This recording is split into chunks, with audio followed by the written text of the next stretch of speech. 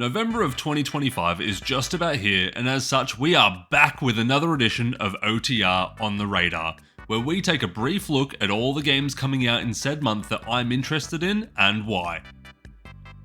October is always the absolute biggest month of the year for game releases, and for some reason ends up always being my most busy outside of gaming, so I got to play almost nothing that came out, which is why it's so good that November is usually a big follow-up to October, right? Well, not this year. In 2025, unfortunately, November is turning out to be a bit of a dud, so it's going to give me plenty of time to catch up on what I missed last month. Thankfully, we do still have a few titles to talk about and look forward to, so here we go. Beginning on November 6, we have the new Zelda game of 2025, Hyrule Warriors: Age of Imprisonment, coming to Nintendo Switch 2.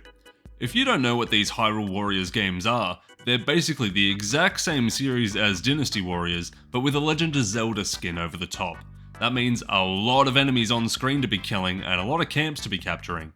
I remember playing the OG Hyrule Warriors back on the Wii U and having quite a good time with it, but I've dipped out of the realm of spin-off Musou games since the 2010s. Plus, I don't really mess with the whole Breath of the Wild Tears of the Kingdom era of Zelda, it just isn't my thing. I'm a bit surprised this game's coming out in 2025 since Dynasty Warriors Origins came out at the start of this year, but hey, I'm mostly just keen to see how this game's performance goes on the Switch too. These Zelda Musou titles have always been slightly held back by the hardware they're on, and it always makes me happy seeing games run flawlessly on the Switch too. Moving ahead to November 14, we have another yearly Call of Duty release with Black Ops 7 coming to PC, PlayStation 4 and 5, Xbox One and Series consoles. Didn't Black Ops 6 only just come out? Oh wait, no, that was last year. But I only had time to prestige once and finish the campaign once. Oh well. Black Ops 7 is here, and we're back to the future timeline with David Mason tracking down and hunting Raul Menendez. This time the big new update they're advertising is the fact that the campaign is designed to be played co-op, which I'm going to interpret as code that the campaign is low priority slop. Call of Duty campaigns have been weird for years now. They always end so anticlimactically and lead into further storylines that never go anywhere, so after being let down by how Black Ops 6 ended, I'm all good on this one.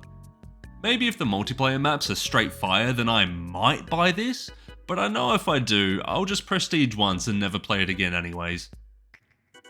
Coming a few days later on November 18 is SpongeBob SquarePants Titans of the Tide, coming to PC, Switch 2, PlayStation 5 and Xbox Series consoles. A big gear shift from Call of Duty, I know, but real ones out there know that SpongeBob games are actually surprisingly good. It looks like another fun 3D platformer, similar to Battle for Bikini Bottom and the Cosmic Shake. I don't know if I'll play it myself, but I hope some fun speedrun content ends up coming from this release. We've got two more games on the radar for November, and they're both launching on November 20. The first of these looks like a bit of a hidden gem, but caught my eye at a recent gaming presentation, and that is Outlaws plus Handful of Missions Remastered. I had never before seen or heard of this game, but apparently it's a LucasArts classic? I'm liking what I see. It's got this real old school PC game look to it with its art style, but the gameplay pretty much looks like Doom set in the Wild West. I hope this ends up coming out at a budget price, because if it does, then I'd love to sneak in a cheeky playthrough. I love Wild West stories. Let's hope this one provides some fun. The last game coming out for the month, our second game for November 20, is Kirby Air Riders, coming to Nintendo Switch 2. I never played the first game back on GameCube, but I've been on the internet long enough to have heard of how much of a cult favourite it's always been. Sakurai seems to be pretty confident in his pet project sequel here, hosting not one, but two Nintendo Directs specifically for this game, so hopefully it doesn't just die on release due to people preferring the traditional Mario Kart racing. It seems like the devs have really gone above and beyond to flesh out how this game can be different from a stereotypical Nintendo racing game, so I'm keen to give it a crack. I swear though, if this also comes out with like a $120 price tag, I'm going to lose my mind.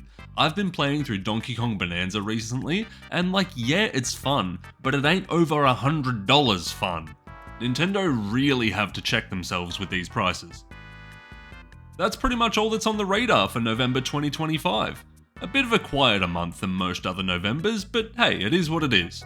Like I said, it leaves plenty of time to finish up what I couldn't in October. If there are any other games that are on your radar for this month, then put them in the comments below and let me know what you think of these kind of videos. Thanks for watching.